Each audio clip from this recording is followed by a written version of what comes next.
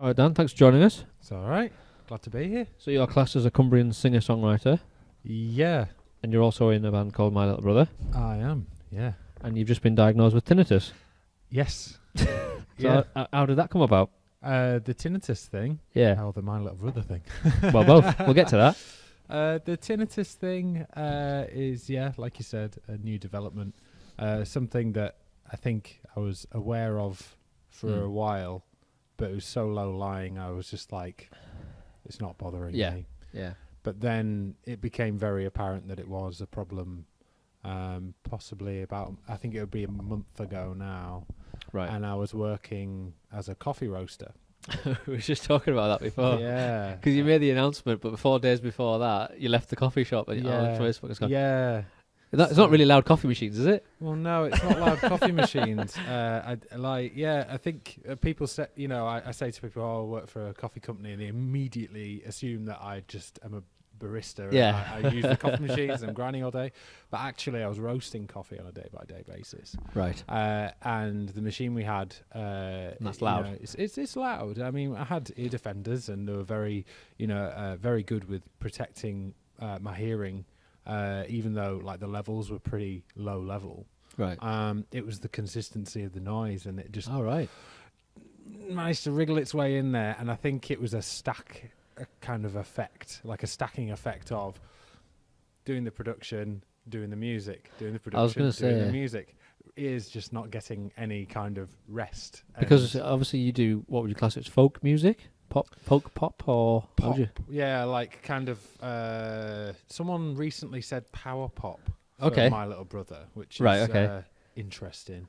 But yeah, power pop, and my stuff solo is kind of like singer-songwriter based. Because obviously I do heavy metal, and that's like really loud. But I think people underestimate how loud what you do is as well, because it's still all amplified, and it's the same kind of frequencies we're dealing with. It's just obviously, yours is a little louder. It's just all the distortion, isn't it? Plus the high end of the cymbals. Yeah. But do you normally wear stuff, earplugs when you gig as well? All the time? Yeah, oh yeah. Any kind of environment where, even if I get into a noisy pub, the earplugs go in, because you're surrounded by lots of people, and just a lot of people can make a heck of a lot of noise. Yeah, so have you got to that point because of your job as well, the combination of that and your job, you thought, I better do something? Yeah, I thought I'm the kind of person that deals with issues like that fairly head on. Right. And I was like, right, okay, let's take some time out. And they were very nice and let me take some time out from my work. I had a few days off to rest my ears, and I was like, what do I do about this situation? And it became fairly clear that I either had to cut down on the music or do something about the job situation. And so I just took it as a sign. A sign, yeah. Crossroads. And I looked around, in any situation like that, I immediately go to my, I've been in many jobs in my life, and so I know where to go to look for new opportunities, and I already knew a number of people, and I looked at what was around me. I was like, yeah, I could quite safely leave and find something else. That's not noisy. That's not noisy, yeah. But the music's something that you wouldn't want to give up. I couldn't really do anything, but the whole tinnitus thing has made me self-assess that and go, I should be wearing better protection, because I've been using, just fairly basic earplugs, and now I've made an investment in that, and I'm getting some new custom fitted. So you get the molds. Yeah. Molds. Yeah. I'm getting. How long does that take? So I should get the plugs by next week, I think. Right. So it takes about a month for them to come. And so I went into a hearing specialist, and on the day when she did my tests and everything, I just went, let's hit go on getting these plugs. And so they're on their way, and they fill you, that photo that you saw is them filling my ear canals full of putty, and that was quite a weird experience. So I don't know much about those molds. So how do they work in terms of, obviously they don't like completely block your ear? No, they don't. What they do is that this company that I'm getting them from, they're called Noise Breakers. Right. I'm not getting the ACS ones, which are kind of the next level up, and they're a bit more expensive. But these ones are noise breakers, and what they do is they're kind of a foam version, and they come in any colour you want. So I'm just getting a natural kind of skin colour. yeah, bright pink would be great, like this. No, I'm getting a natural skin tone one, so they're fairly kind of innocuous. Yeah, and they have a filter inbuilt into them that routes right through the plug, so that it doesn't cut everything out, and it's letting through certain frequencies that aren't harmful to your inner ear. Yeah, because that's half the issue. The ear protection is like trying to find the right one, because I've tried loads from those, started off those stupid foam ones that just make everything just sort of exactly to similar to yours, but not molded ones. But I can't. They were like Noesies A20s or something like that, where they were quite small, but they had they came in a tin, and there was like small, medium, large, extra large, and you put it in, found which one fit your ear, and then when you got the right one, then you put a green filter in the middle of it. Yeah, I've got some of those. Those are the best ones that I found, and they didn't muffle it. They just took the top edge off, like standing next to cymbals or the amplifier. The difference was like, wow. But after a while, you don't even notice it. You forget it. Yeah, which is what you need, because some people don't wear them because they just think, they're all shit, but without actually trying any, or the other side of it, earplugs are for pussies kind of thing. Yeah. Fast forward 20 years. Well, there's a bit, there's all sorts of kind of thoughts on it. Another thought process is once you've got it, you can't do much else about it. So why bother? It'll only get worse. It can, and so I know people who have it, but they don't protect because they're just like, well, my ears are buggered, so I might as well just kind of get on with it and live in the moment with it. And I get that, but then at the same time, I'm like, I don't want to make the situation worse, because it can develop and get worse over time. Yeah, I did a bit of reading up it. People have committed suicide over it. Yeah, I've read about that. That's well, when I got diagnosed with it, I definitely went it just got really bad very quickly. I had a week where I did not feel myself at all. Yeah, felt very down, and that was when it was like, right, come on, Dan, do something. You never feel like this. Get it sorted. Yeah. And the second I got it sorted, 2 days later, I was kind of feeling a lot better about it. Yeah. And now, or even when you made the decision to get it sorted, psychologically, that's like, I'm doing something about it. So yeah, definitely. And tinnitus is. It's not just a physical problem with your ear, but it is also a massive psychological problem. Yeah. And it does get triggered by stress, and sometimes if I'm having a stressful day, I can feel it just come in. Yeah. And it was pretty apparent that when I took my time off from roasting and then I went back to it, that day when I went back in, it was just ringing. Just because I knew I was going to go back in, and that was a sign of, right, okay, if this is going, it's how it's going to be, and it's going to take a lot of work to get back to where I was and to manage it. I might as well move on. Whilst I'm still fresh, I'd only been there less than a year. Oh, right. And I thought, right, okay, I'll move on and go and find something else. Yeah, because I have people saying you can go have therapy, and because a lot of it's you build it up psychologically, like you're almost preempting, there's going to be this ringing there, and I won't be able to get to sleep. If you go to sleep with that attitude, then chances are that's what's going to happen. But if you can learn yourself to just not even think about it, just especially if you're like eating well, exercise, going to bed tired, likely you'll just go to sleep. Whereas if you don't do it right, it will kind of sit there in your mind and build and torment you. yeah. And there's all sorts out there. I mean, I've talked to as soon as I put that announcement on Facebook that's what I'd done, and that's what I was dealing with, and just to kind of. I had a couple of messages off people saying, "Are you at the coffee place anymore?" I was like, "No." And as soon as I sent that post out, loads of people got back to me. Mainly people I knew from around here who played music, and they all said, "Yeah, dealing with the same problem. Here's a few tips. Here's what you should, what you can do, and things like that." Because I've got obviously a list of people that I want to have on, and then when I saw that, I thought, well, now's a good time. Yeah. And this is going out tomorrow, so yeah, fantastic, great. But so how long's My Little Brother been going? My Little Brother has been going on a while now. If I made a guess, I'd probably fall short. I guess it started in 2012 when I got back from New Zealand. So you're a founding member? Yes. So what happened was at the time I was once upon a time I lived with Will. Right. I was a lodger in his house, and he had this idea for a project whilst he was also playing in a band, Aaron Wright up in Scotland. He was touring all over the place with him, and he always had these songs, and there were some songs from his earlier projects like 10 Ton Wasp and things like that, and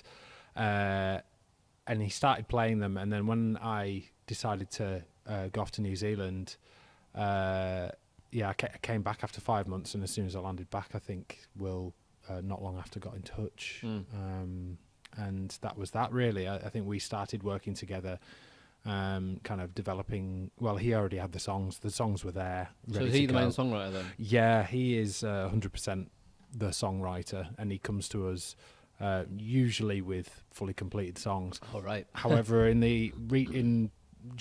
over the past kind of year or so, he's had song ideas, and they've come to us kind of skeletal, and they're not quite fully formed yet. And so he's had these ideas, even lyrical ideas. And so we've been in the practice studio sometimes just singing gobbledygook into the microphone, and he just had a melody, and that was it, and a kind of maybe a phonetic kind of sense of where it needed to go. But we've kind of worked to fill in those gaps. But so the first time around when we first got together, it was pretty much there. He just had it all in his head, and he wanted to get it onto a record. Sorry, how many's the table? That's fine. How many's in the band now? There are currently we've been playing a lot with 4 members, right? Yeah. But we are officially 5. Our other member who hasn't played with us for a while is Amy Tweddle, who is We Are Quasars. Yeah. And it's just been difficult to get her into practice and to get her to gigs, and because she's a busy person like we all are, and it's just not kind of come together. But we do still count her as part of the band. Yeah, a part of the band. You all Carlisle. Yeah, pretty much. Right. Yeah. Cool. So I think I saw you at Kendall Calling a few years ago. Yes. Are you playing this year? Don't know. Sometimes that comes last minute. I think last year it was quite last minute, but I've got a funny feeling at this stage we won't. Right. Okay. Because Marmoset's are playing, so I've decided I'm going. Great. That was enough for me. Yeah. But yeah, because Kendall Calling's like probably the biggest local stage you could have, isn't it? It's like absolutely 10,000 people. Yeah, it's without doubt the biggest festival around here. It's the best kind of ticket you can get, really. And every time we've played, we've gotten a wider fan base and more people showing up. And I'll never forget the first time we played there. It was nicely positioned because we were on the Woodland stage. Yeah, I think that's where I saw you. And that's so open plan, and I'm always a fan of playing that stage because when you're in the campsite, because of where it's situated, you can hear it in the campsite. It projects so far. Like I remember there was a band I love called Francisco the Man, and they were playing on that Woodland stage, and I nearly missed them because I fell asleep in my tent. I woke up and I could hear them all the way across the campsite above everything else. Wow. And it just cut through, and it always kind of stuck in my mind that Woodland stage, if you're going to play on any stage as a local band, it's a really good one. It's like a path. People just walk past and go, oh, the band playing. Well, yeah. So like Discovery, they wouldn't even know that there was something going on there. Yeah. I love that kind of evocative feeling of hearing something coming from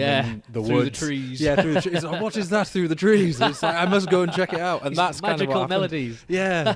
And we ended up with a really good crowd, and we got a lot of fans, new fans from that. And so every subsequent year we've gone back, those same people have come to watch us again. What are you guys like with your merchandise? I always think we could be better. It tends to be CDs, and because we haven't released anything for a while, we haven't got much. We don't do T-shirts and anything like that, and pin badges and things. And I've always kind of thought we should really do something with the merch side of things. But I think that comes from not knowing quite what to do, like in terms of a band T-shirt. You need to come up with cool designs, and it's an industry within itself, because we got to the point where we wouldn't do anything not release anything for over a year, but if you still every 6 months come up with a new T-shirt design, all the right sizes, people lap it up. But as you go along, you get a certain fan base. You go, yeah, we can do this, and then sometimes you make money from that. And you go, oh, we've made a bit of money from that without doing anything really. Yeah. But some bands do it, some bands don't. But you've got to sort of really think about like come up with cool designs. Sometimes it'll just be a cool design. It doesn't actually mean anything, but it looks cool. People want it. Yeah, because they like it. I've done that a few times with band T-shirts, and I'm quite vicious in my opinions on band T-shirts, and I've gone to a few festivals in the past and looked at the T-shirts and just gone, I don't like any of those, so they're not getting bought. It's not. I'm not the kind of person that will go to a gig and go, I must leave with a T-shirt. Yeah. But there's always that market of people who like to go to gigs and have to buy the T-shirt. But I'm always kind of pernickety on design and stuff. And so it'd be an interesting one. I think if we designed a T-shirt, it would be difficult. Yeah. Take a while to get there. I don't know. Yeah, we'll see. Maybe it'll be easy.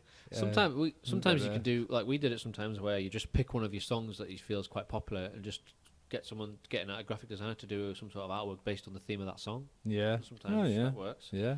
But like pin badges, people like pin badges and stickers and all that. They love it. I'd love to see someone do a T-shirt for our song "We're All Gonna Die." There you go. That's a brilliant theme. And because it's such a happy song, yeah, it would be great to have someone illustrate that somehow. I think I remember seeing. You maybe played it at Kendall Calling that time. And I was thinking, is this song called? Is he singing "We're All Gonna Die"? Yeah, and usually on the set list it would be followed up with "Lovers of Life Unite." Okay. So it's always quite, we're always on both ends of the spectrum. It's quite interesting. So where did the name My Little Brother come from, and why is it all spelled lowercase, all one word? Right. If Will were here, he'd be the ultimate person to answer this question. But I've heard that question so many times. I think I'm able to answer. Right. So My Little Brother refers to Will, and he is his big sister's My Little Brother. And every time he would be introduced to anyone by his sister, he'd be introduced as My Little Brother. Right. And so I think it just stuck in his head as something that was a good little name. And the reason for the joining together of the words is quite simply for search results. I guess that has something to do with it. Will says it every time we play. Search for us online. However, make sure it's without spaces, because if you put spaces in, you just get lots of pictures of people's families. And lots of little brothers going. Go onto Instagram right now. If you're watching this, go onto Instagram, put My Little Brother, the hashtag My Little Brother, and you'll get loads of people's kids with occasional photos of us. Kind of like yesterday we were playing the Cavern Club, so I tried it yesterday, and there was a couple of photos of us playing the Cavern Club, and then other people's children. That's your next T-shirt design. Yeah, I should totally do that. I should just like My Little Brother and just like a collage of. You should just have T-shirts that say hashtag My Little Brother. Yeah, there you go. Yeah, should totally do that. So the Cavern Club. Yeah, that's a pretty cool place to play. It was fun. Really, like we did it 2 years ago. All right, yeah. I've been to watch, but I've not played there. Yeah, it's a great venue, obviously, because it has such heritage. I mean, it's not the original Cavern Club; it's in a different place, but it is possibly the best place to play, probably in this country, if you're trying to get in front of a new market, because it's not just a venue, it's a major tourist destination for Liverpool. It's part of kind of that Beatles tour. Yeah. You have to go there if you're a music fan, if you're in Liverpool. And so they just get this almost conveyor belt like scenario of tourists. People are coming and going, and the great thing is we're playing there because of the International Pop Overthrow, which is held there every year. And this gentleman, his name's David, he does it all around the world. Right. And he's been doing it at the Cavern Club for 16 years. Wow. And he gets bands from all around the world to play. And so before us, we had a band from France, and before them was a band from Spain. I bumped into some guys who were from Middle England, so they were young lads who are just getting started. Then you've got people who have been going for years, and it's a real kind of mishmash of people, but it's all centered around pop. And so they have these bands play, and it's for about 2 weeks.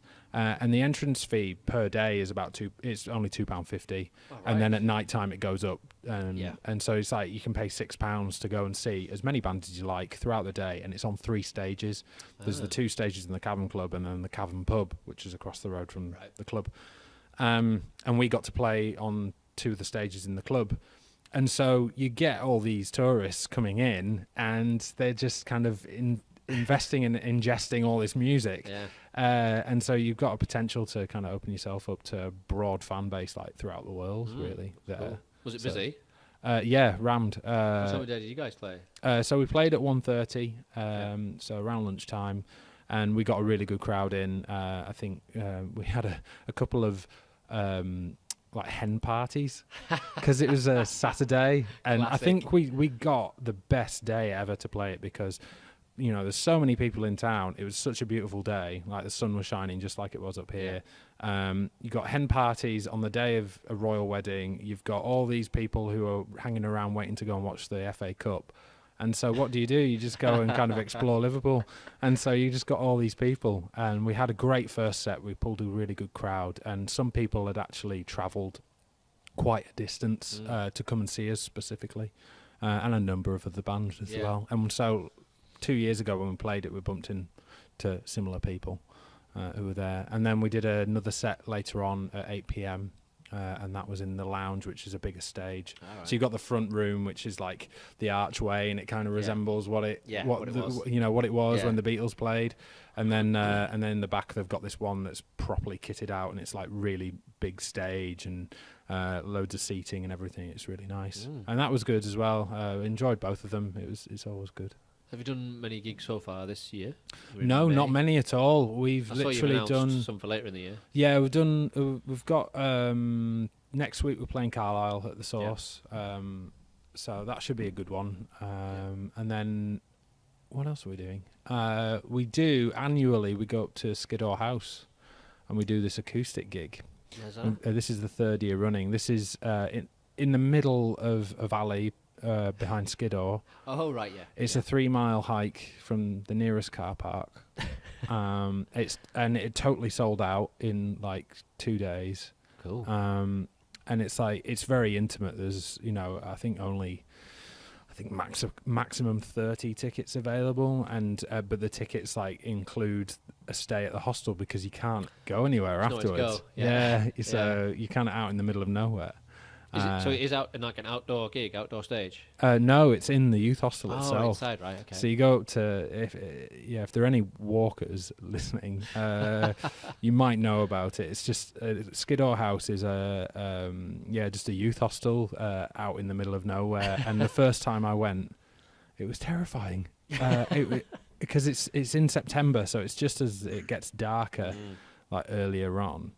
And I got out of work. And I'd never been before, and everyone else had gone ahead of me because I just couldn't get out of work that day early. Right. So I went up with my guitar in one hand, bag on the other, pitch black with my iPhone kind of with the torch on, just kind of pointing myself in the direction I thought I needed to go, and kept walking. And it got really kind of hairy at one point, and I thought that I'd gotten lost. And then managed to find this place because I saw a line of trees in the distance. I'm like, oh, it was surrounded by trees. I'm sure it's over there somewhere. And then I got up there. I was like, oh, thank God. It's a really wonderful spot to play, but totally cut off. And it's such a magical experience. Yeah. And they have a number of bands play there throughout the year. That's probably what makes the atmosphere of, isn't it? The fact that it's cut off and in the middle of nowhere. You don't get many gigs like that. No. That's why we keep going back. Yeah. It's such an experience, not just for the people going, but for us as well. We love it.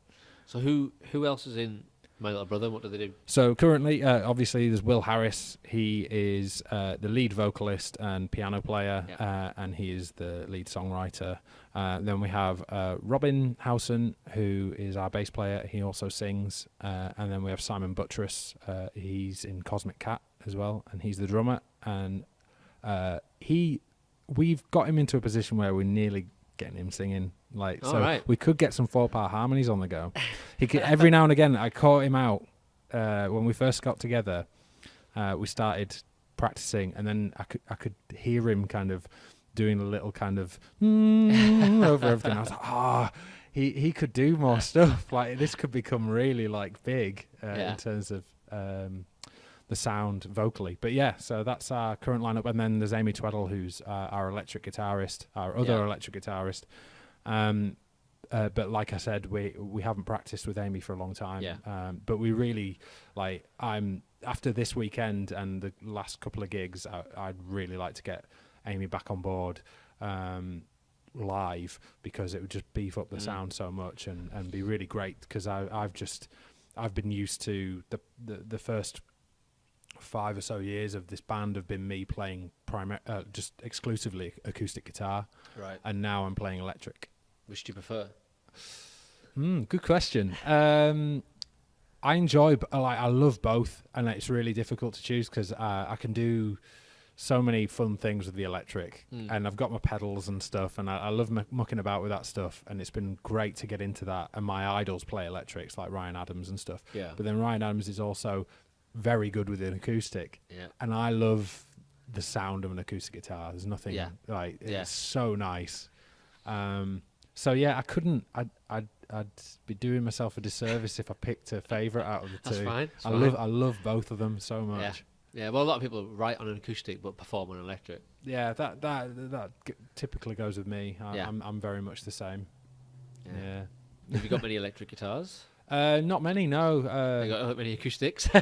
No, I tend to just stick with one that I'll use a load, and I don't switch around a lot. The only electrics I own and use, the main one is I've got a Fender Jaguar Double H Special Edition, which I got years ago, and it's just I love it. So that's all I play. And then I've got a Gretsch. It's just an Electromatic, so it's kind of the lower end of the Gretsch scale, and I bought it off our ex-drummer for not a lot of money, and I just bought it because it was a bit of fun, and it's nice, does the job. Occasionally gets used. I do have sitting in a bag an Ibanez Jet King 2, which I bought eons ago. And that was the first time I spent money on a guitar. I was like, I've bought a guitar. But yeah, that doesn't get used anymore. Oh. But it's all right. And then my acoustic is a Martin DRS-1, right? Which was a big kind of investment about 5 years ago. Yeah. So does Will do all the lyrics as well? Yeah, mainly or completely 100%? I'd say pretty much 90% of the time he's doing the lyrics, probably more actually, because they are from his experience, and he is the primary writer. But then, like I said, there's sometimes there's an occasion where there'll be a song that has a gap in it that he wants to put something in, and he doesn't quite know where to go with it. There's one in particular that we're practicing at the moment, and it was a case of us kind of going down the mic when we started, and then he eventually got to it. But I think he wrote that eventually. It's just we kind of play and feed him the ideas, and sometimes we might come up with something and he'll take it on board, and it just depends really. Yeah. But it seems like you've got a good routine, so everyone knows their roles, and obviously he's main songwriter, but you all contribute in your own way. Yeah, it's funny because I regularly get the question, oh, don't you write together, and don't you kind of do this, and don't you feel left out? And I'm like, well, no to any of those questions, because I know what's going on. I'm very respectful, and it never enters into my head that this is this is my project. It's like I'm really proud and honoured to be a part of this project, because it's good fun. It's teaching me a lot about songwriting and playing, and me and Will are really good friends. And so what I can offer creatively is what I can do on the guitar. So he'll have something in his head, and I'll play it in a certain way, and sometimes he won't have that in his head, and he'll be like, I'm not sure about that, can you try it this way? Or I'll play something and go, that's brilliant, I didn't think of that. Similarly with harmonies. Me and him are very kind of I've played alongside Will for as long as I can remember at open mics, and I used to go up and just harmonise with him naturally. Yeah. And we're very in sync in that regard. And so he'll come to me with an idea, and I'll go, "Here's the harmony," and just start singing. Yeah. He's like, "Yep, that's great." But then sometimes he has to feed them to me, and it's like a big, there's some particular songs where I'm just like, oh my God, there's some really high bits. And he comes into me kind of grinning sometimes into the practice studio and be like, "Dan, I've got a song, but it's a bit high and you've got to sing a higher harmony." So that's always interesting. Yeah, I bet. So do you do any singing? Do you take the lead on vocals sometimes in any of the songs, or? No, not you. No, there are only ever kind of, there'll be moments in songs where Will starts another bit of vocal, and I am repeating what he's done. Right. So, like for instance, "Lovers of Life Unite." There's a bit at the end where he is reeling off this line, and in the background I'm singing something. Okay. But I'm never the lead. Right. And yeah, I like it that way. To be fair, Do you ever do any solo stuff then? Do you write I your do. own songs? Yeah. I have a little kind of solo project that I do, and I occasionally remember that I need to get on with that and What's it called? And chip away. Well, it's just Dan Mason. Oh, right, you do yeah, solo I do stuff, some. right. I have a Facebook page, Dan Mason Music, and I wrote. I put out an EP back in 2014, and it was just this thing that I've been meaning to do for a while, and Will has always harped on at me about it. Said, "You need to write. You've got something there." And I'd written a couple of songs, and he really liked them. And then eventually, after some encouragement, I had a couple of people offer me kind of opportunities to go and record, and I ended up in Alex Harris of Sun Explodes. Yeah. I ended up in his bedroom studio for 2 hours one day, and I just put down 4 songs, and that was an EP. And He's got a good setup, hasn't he? He has a great setup. It was really wonderful, and he's such a nice guy and really talented. And so I went in and did those with him, and then I just put those out as an EP. But that was a long time ago now, and I really feel like I should. What was it called? It was called "A Game I'll Always Lose." Okay, right. So yeah, Is really cheery. Is that the game of love? Really cheery. Yes, it totally was. Yeah, totally was. I think that song was about nights, just kind of misspent nights in concrete, standing in a corner. That's a nightclub for anyone who doesn't know. Yeah. Kind of not having the courage to talk to someone I liked, things like that. and similarly the other way around as well. Like I like to write from different perspectives, but mainly my Funny own. when you go back and look at those lyrics that you wrote years ago. I know, it's so odd. Like I've written a few lyrics in the past, and I go back and I go, "Oh, what a soppy get." But then that's life. Yeah, It's that's just what you're it. feeling at the time. Yeah. But that's 100%. all the big artists. That's all it is for them. That's why I love. Like Adele, one of the biggest sell artists in the world. Yeah. Her whole thing is just writing about relationships Breakups. gone wrong. Yeah, totally. That's what people People like. relate to it, and Yeah. that's what people want to buy into. Yeah, Clearly, totally. So you can't knock anyone for that. No, So no. you're just another heartbroken musician writing Yeah, songs. there you go. Well, yeah, it's fun because I like exploring all the different things. Like there's obviously the heartbreak and rejection songs, and but then I wrote a song about working in HMV, which I did for a number of years, and it's called Strangers, and it's all about knowing people who regularly shop in that shop better than some of my own friends. And then I wrote, but the rest of my songs are all kind of related to love and relationships. It's a weird thing that you end up falling into as a songwriter. Well, it's a bit like therapy, though, isn't it? It's a bit like it's cathartic, isn't it? You get stuff out off your chest. It and you really get it down can on be. paper. Writing stuff down can help in many different ways, can't it? Yeah, it totally can. Yeah. But it's just getting your point across, isn't it? Because it's like if you've got stuff on your mind, it's like it's a good way to get it out. Yeah. And if other people like it, then fair enough. Yeah. No. Well, that's it. I think that's the hurdle I'm always trying to jump over, is just to write something and put it out, But and not think about if you think it's bad or not. But then you've got to think about performing it in front of people. This is true. Yeah. Well, I didn't. Yeah. I think Will didn't think that through on one of the songs of My Little Brother, which we played yesterday at the Cavern, and that was the first time I'd properly played it in front of a big crowd. Right. And it's this song where I literally go ooh, but then I have this really complicated guitar part under it, and so that's always fun. I was going to ask you about singing and playing at the same time. Oh right, yeah. That's a different ball game, isn't it? It really is.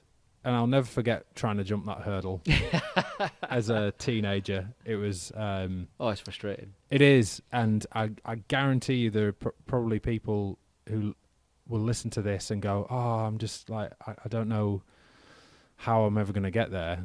Just keep trying. Exactly. And it eventually comes, and then it becomes kind of really natural after a while, and you get your rhythm. Well, we have a song called Conscious Indecision, which was one of the first songs we wrote, but I remember writing it going, I will never ever be able to play that because I just can't do both at the same time. And I wrote the lyrics completely separately from the music, which I've never done since. I've always write the song, then I put the lyrics over the top. It's a bit like when we covered Pantera song. That's clearly a lyricist who doesn't play guitar and doesn't even think about what the music is. He's just writing the lyrics of their own. Because I approach that song and go, how on earth can anybody sing and play this at the same time? But you just practice it. You just get there. I break songs down into bits, and I'll sing that, play that bit, and then move on to the next bit. Then add those two bits together. Yeah. Some songs, it's like you think that's really complicated, but you can do it. And other songs, you're puzzled as, why can't I play this? It's not even hard. But it just depends on what the two rhythms are, I think. It's like a lottery, what you're going to get. Yeah, you just got to, like you say, you got to look at it from a psychological perspective and kind of break the song down into kind of sizable chunks and be like, right, how do I tackle this? But my main thing with this song that we've been trying to play is to not look at the guitar. Right, okay. And learn it like by physical kind of memory. And know where I am, and that kind of goes for any guitarist. Like if you're singing and playing, you need to be kind of looking forward and looking at the audience. And I'm always trying to run that through my head. Yeah. But then I consciously know that every time I play it, I'm looking down. Well, the odd glance is okay. Yeah, the odd glance is okay. But I have a really bad habit of looking down at my guitar because I'm so kind of worried that I'll mess it up. Yeah. But then you kind of have to go away and practice and sort that out. But and that is also the best way to kind of get through a difficult bit like that. Like I can, you stand there and you kind of concentrate with your eyes closed, and I can get through that song now because I've learned this method of doing it. Yeah, it's one of those, because like you do one or the other, and then the second, like if you play guitar and then you try and sing, it's like starting all over again.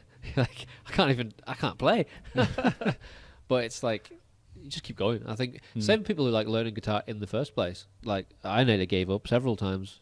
I did when I first started. I'm not going to be able to do this. Yeah, I gave up on it the first time I started. I was 10 and picked it up and then put it away and collected dust in a cupboard for about 5 years, and then I think it was about the time I got into bands like Nirvana and Black Sabbath. Yeah, that was when it was like, oh, guitars are cool.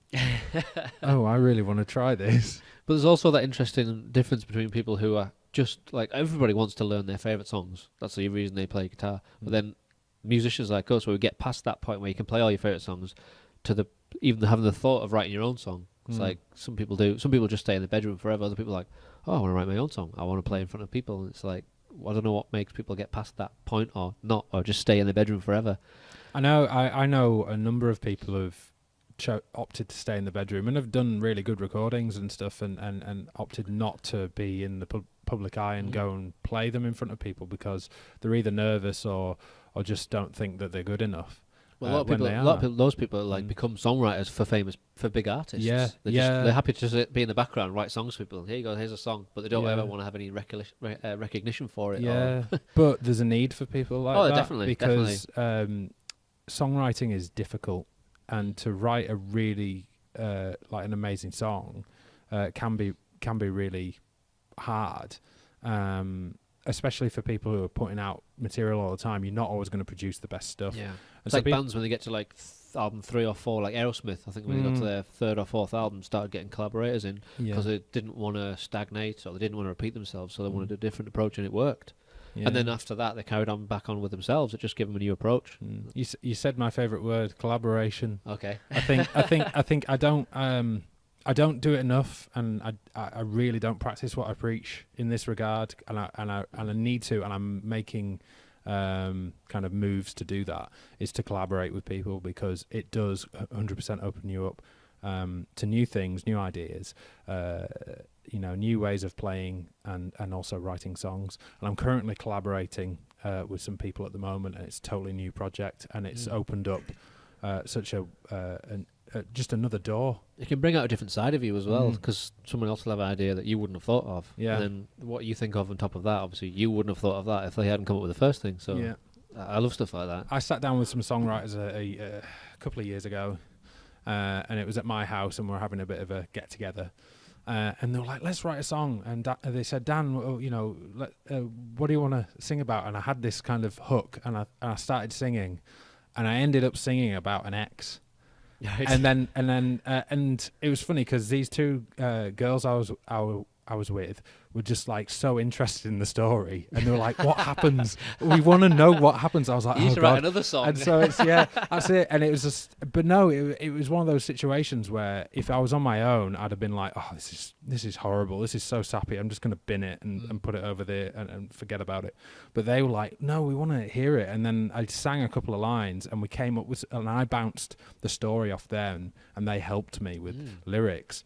And in the end, there's like a couple of lines in there, and like I was really chuffed with how it came out. And it's one of those songs that I don't play that often because it's really long, and it just because I ended up telling this story. And but it's really, like you said earlier, cathartic. And that collaboration got it out of me. And if I hadn't have done that, if you hadn't had that real-time feedback from other people, you'd have thought, I'll just bin that. Yeah. And you kind of have to, when you go into a session like that and you're with people, you kind of leave all your nervousness and a bit of your ego at the door, and you kind of open yourself up, aren't you? Yeah. And going back to what you were saying about you not looking at the guitar and just playing what you were saying, I read an article about that actual like visual artists do that, where the people who can like look at something and draw it without looking at their hands, like it's kind of the same thing.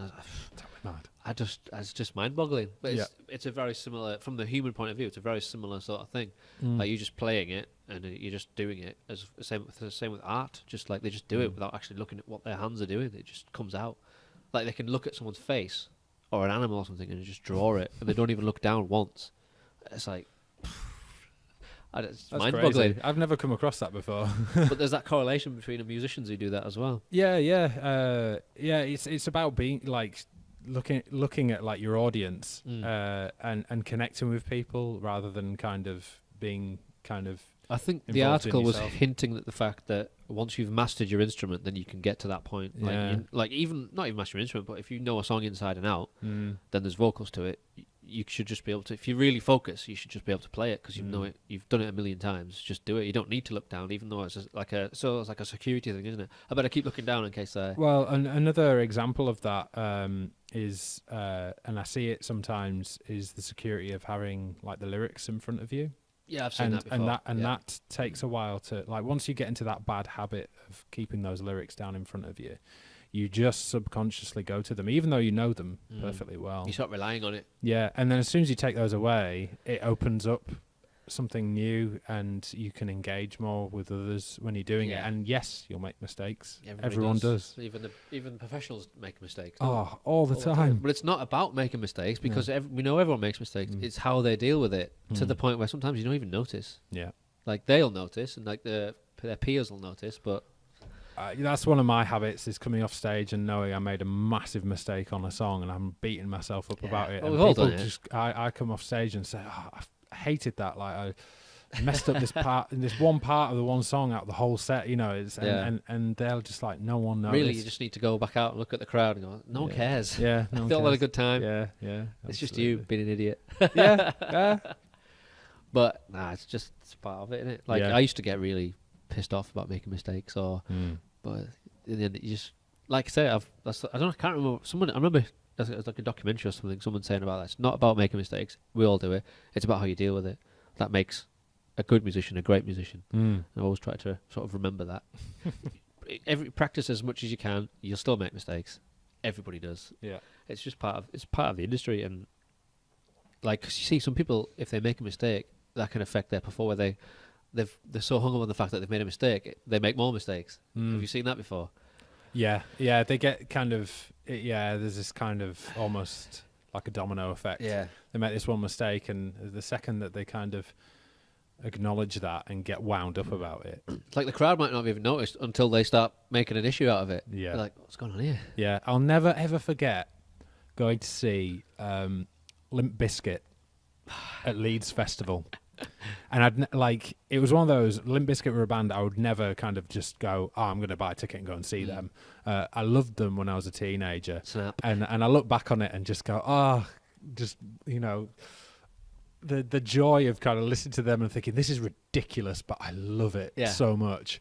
And I went to Leeds Festival and they played, and Wes Borland was playing for them again. I think it was like he hadn't played for them for a while, and then he came back. Yep. And I'll never forget seeing them play, and he started beating the shit out of his amplifier because it wasn't working properly. Yet no one really noticed, but you can imagine he was like, I noticed there's something going wrong here, So instead of telling his like his tech to just like, this isn't working, you sort it out. Like, I'll just hit it, I'll just destroy it.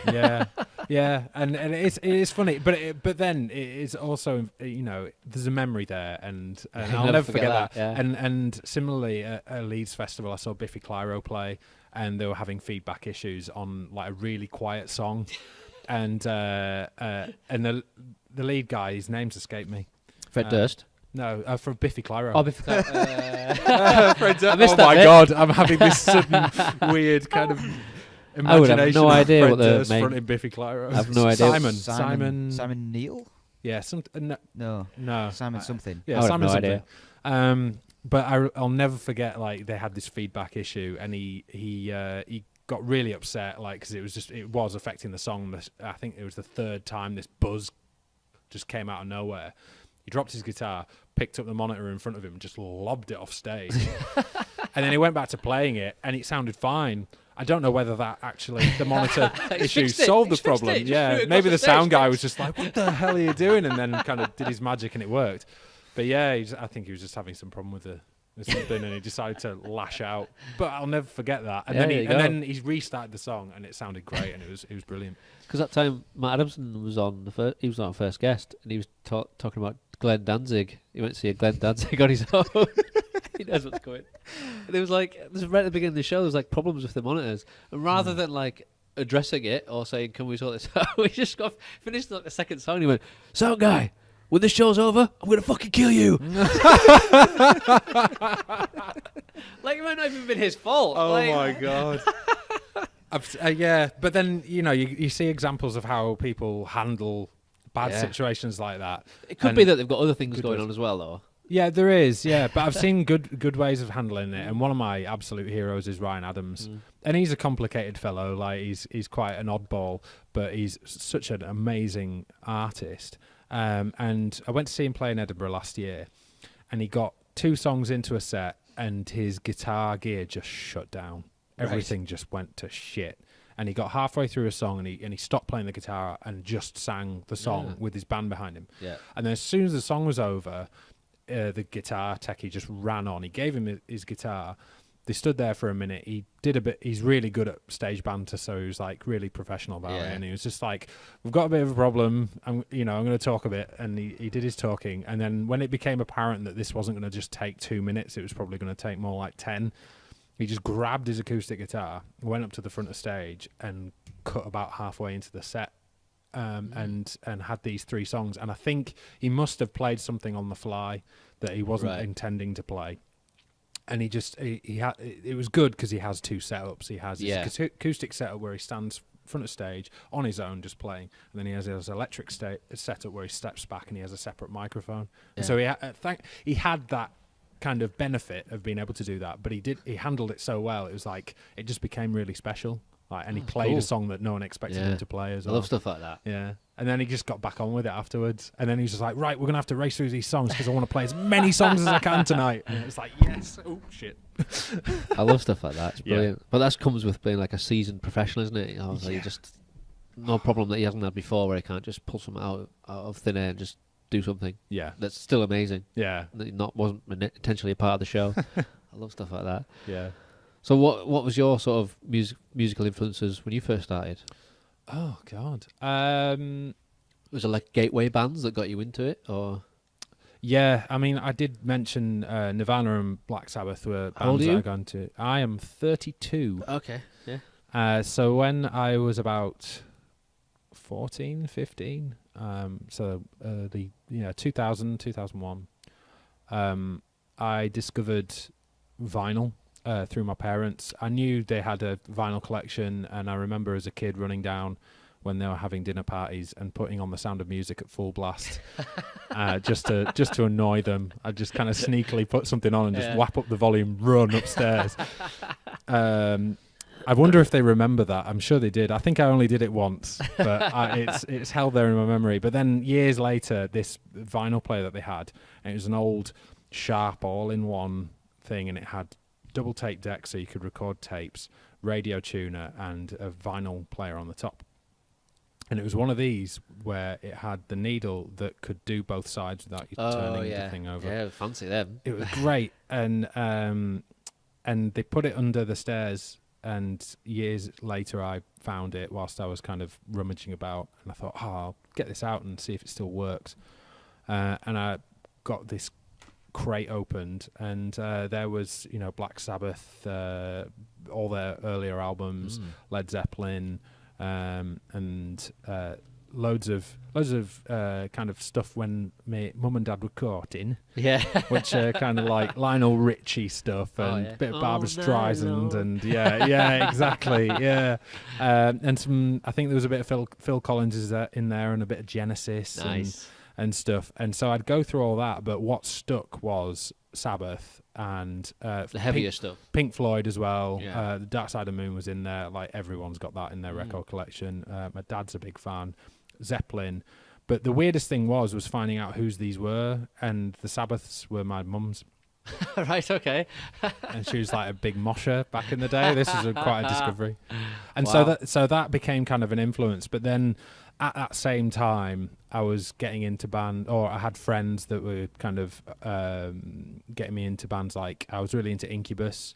And so it was all fairly kind of rock centric, kind of metal as well. Like during that time, it was all, Slipknot and Linkin Park were just a massive thing, and Limp Bizkit, obviously, who I've previously mentioned.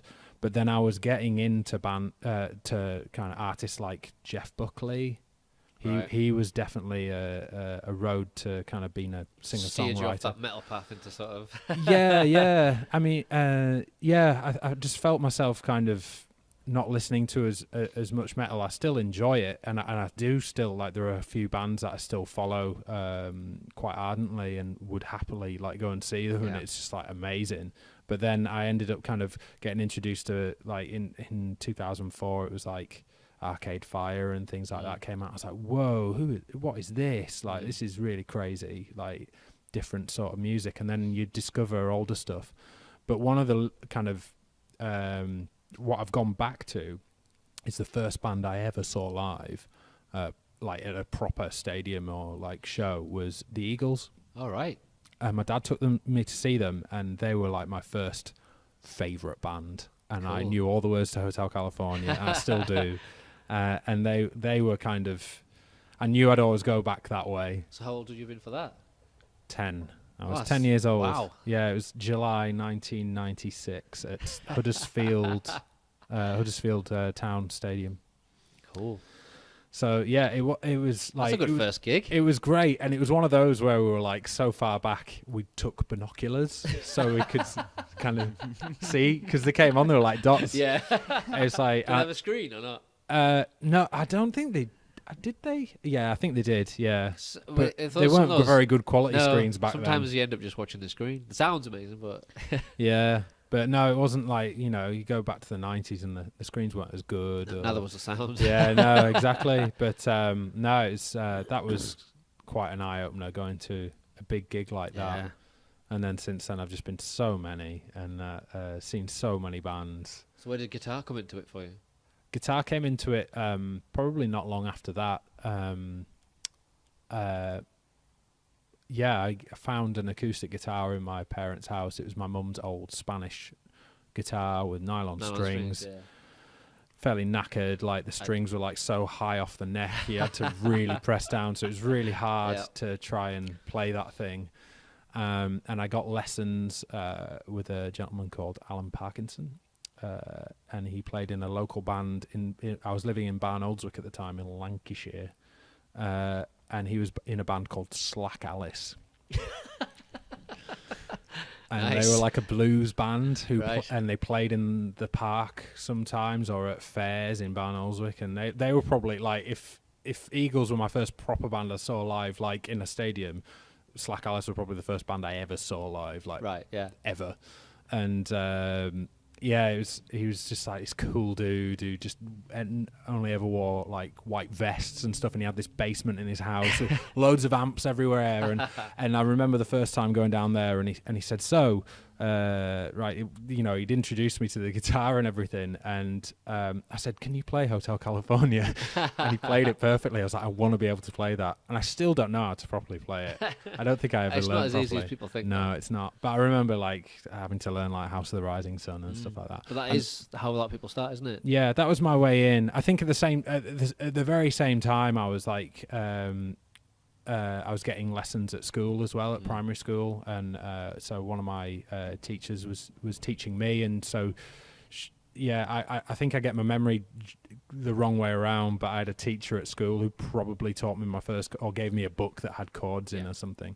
And it was quite nice, because when we moved away, this must have been about a decade ago that she came up and saw me play, and she got all upset because she hadn't seen me play for years. But yeah, there you go. Sorry, that became rather a long yarn. That's fine. That's why we're here. That's why we're here. Yeah. So that's how I got into guitar. But then I dropped it when we moved up here. I physically dropped the guitar. Well, yeah, it went into a cupboard when we moved, and it never came out. Oh right. Wow. Tech. It's fine. That won't even come out on the mic. Yeah, no, that's landed quite near me. That's fine. But that guitar ended up in a cupboard, but then I pulled it out, and a few years later, and ended up playing that nylon string guitar, and then I got bought a Westfield. Of course, that was one of my first guitar. Yeah, Westfield from the old shop that used to be near the bus station in Carlisle.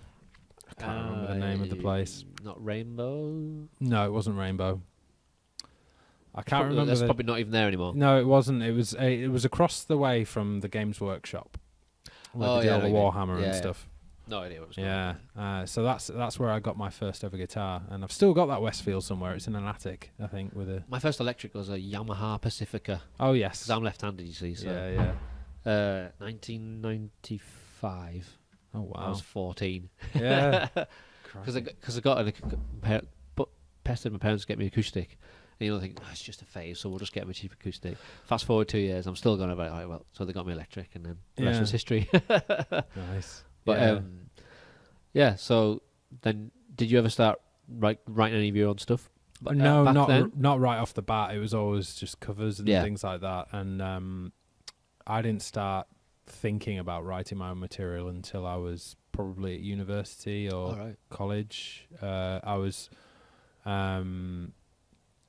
probably at the Source was the first time anyone asked me, do you write your own songs? And I just went, I've never really you can write your own songs. Never really thought about that. And I think Will was definitely one of those people that would do open mic nights. They used to do an open mic night at the Globe in Carlisle, which is now no longer.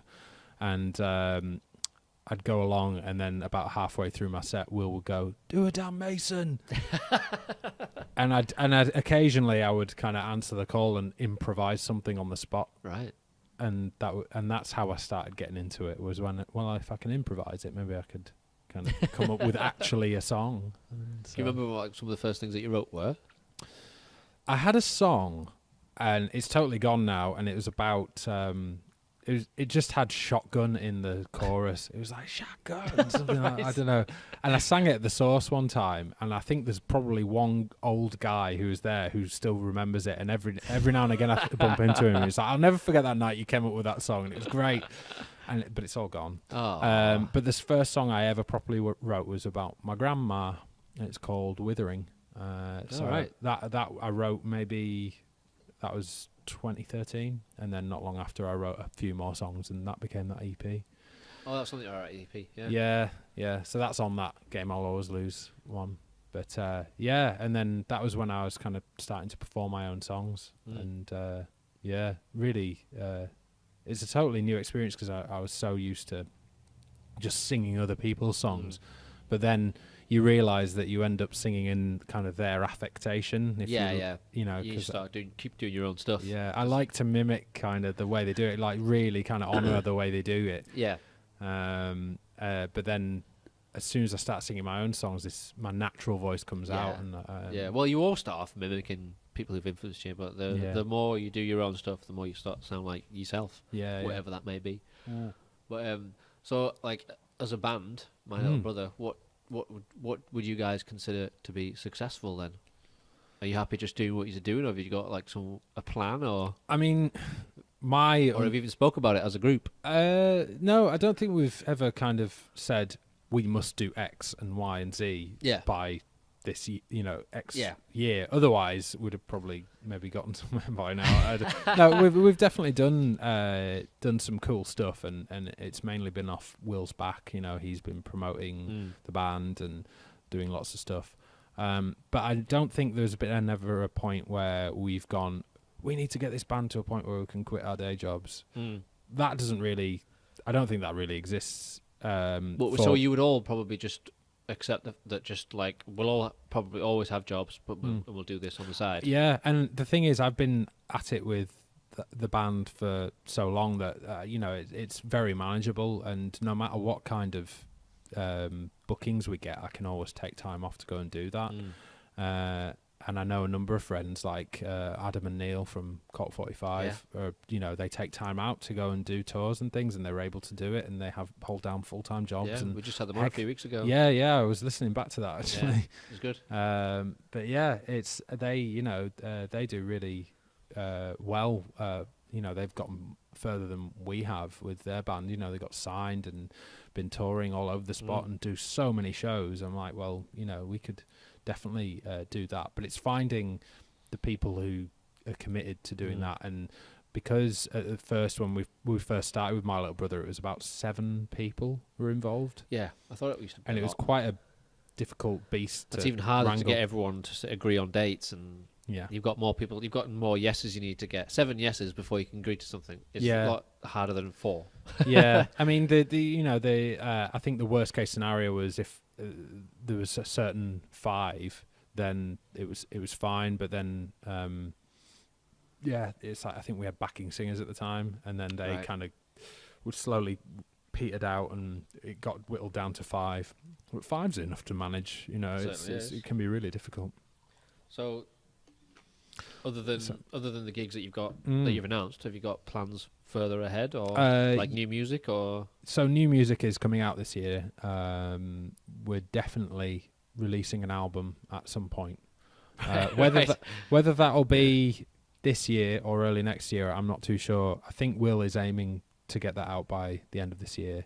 I've listened to a couple of mixes of new songs that will get released, and we're going to trickle out a couple of singles, and then put out a record, and then hopefully get more gigs off that.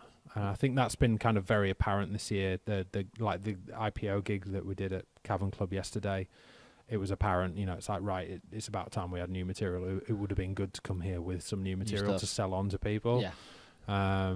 Because we were seeing people there who knew us and been listening to us for a while, and we were playing new songs, but we didn't have them to give them to them. Yeah. But it's good to kind of try. This is us playing them live is pretty much some of these is the first time we're playing them, and we're still getting to grips with them, and so we haven't quite perfected them yet. So how does the recording process normally go for you guys? it's been different every time we've done something. So the EPs that we did way back were totally done by Will. I don't think I had much involvement at all in those, if any. The first record we recorded with multiple people. Right. So we did it in an attic in Carlisle. Jude Connolly was our guy for that. Yeah. So he's brilliant. He has this great little setup in his attic, and so we recorded a few songs in there. Then we went to Glasgow and recorded a few with a gentleman called Jim Lang, and then the rest I'm a bit hazy on what Will kind of did or where he did them. He kind of goes away and gets them mastered by people. Okay. I can't remember who mastered the first album, and then the EP that we released after that was done by a former member of Brian Wilson's band. Okay. From the Beach Boys. So that was a great kind of promotional kind of tool. Yeah. And we sent off the songs to this guy, and he used session musicians over there, coupled with Will's vocal and piano parts, to put together this EP that we put out. Was that the 2000? I was looking on Spotify. It's 2014. Yeah, We're All Gonna Die was the EP. Yeah. Nice cheery theme there. Yeah, hey, it's a really cheery song as well. Actually. It's so I funny. like stuff like that. So here's a happy song about death. Oh my god. It was wicked to do that. You know, have that opportunity to get that guy to do the producing on that EP. But the results sounded not so much like us. Okay. I was of the opinion. Right. And so with this second album, we're trying to make it sound like what we sound like live. So do you think you'll ever get to the point where you go to a studio to do it? I know it costs money, but... Maybe. I mean, Will and I are kind of... We like to do things... Like, I like to do things my own way and try and work with people kind of locally and get something done kind of on the cheap. But then ultimately, if you go for that, you end up kind of maybe messing about more than you need to. Whereas if you pay... Sometimes you get what you pay for. Yeah. Sometimes, yeah. I mean, a lot of the times probably, you got some amazing people out there who work out of garden sheds. Well, yeah. What you can do these days is incredible. It's just finding those people, isn't it? Finding the people you can trust with your sound as well, who know your sound, and then it's just getting the right people to produce that as well, and to oversee it all, and but usually make sure you're on the they right must track. have a back catalogue of stuff that they've done before that you could listen to. Go, oh, that sounds quite good. I go there, work with them. Yeah. But we've been in the very fortunate position with this second album that we've got a studio we're working with through Will. He works for the Annie Mawson Sunbeams Music Trust. Oh, yeah. And they have a studio at their place, which is just next to Reged. I thought it was something over there, yeah. It's a top-of-the-range music facility. It's been designed for disabled access, so it's all on one floor. Okay. And it flows, like when you go into it, you can just...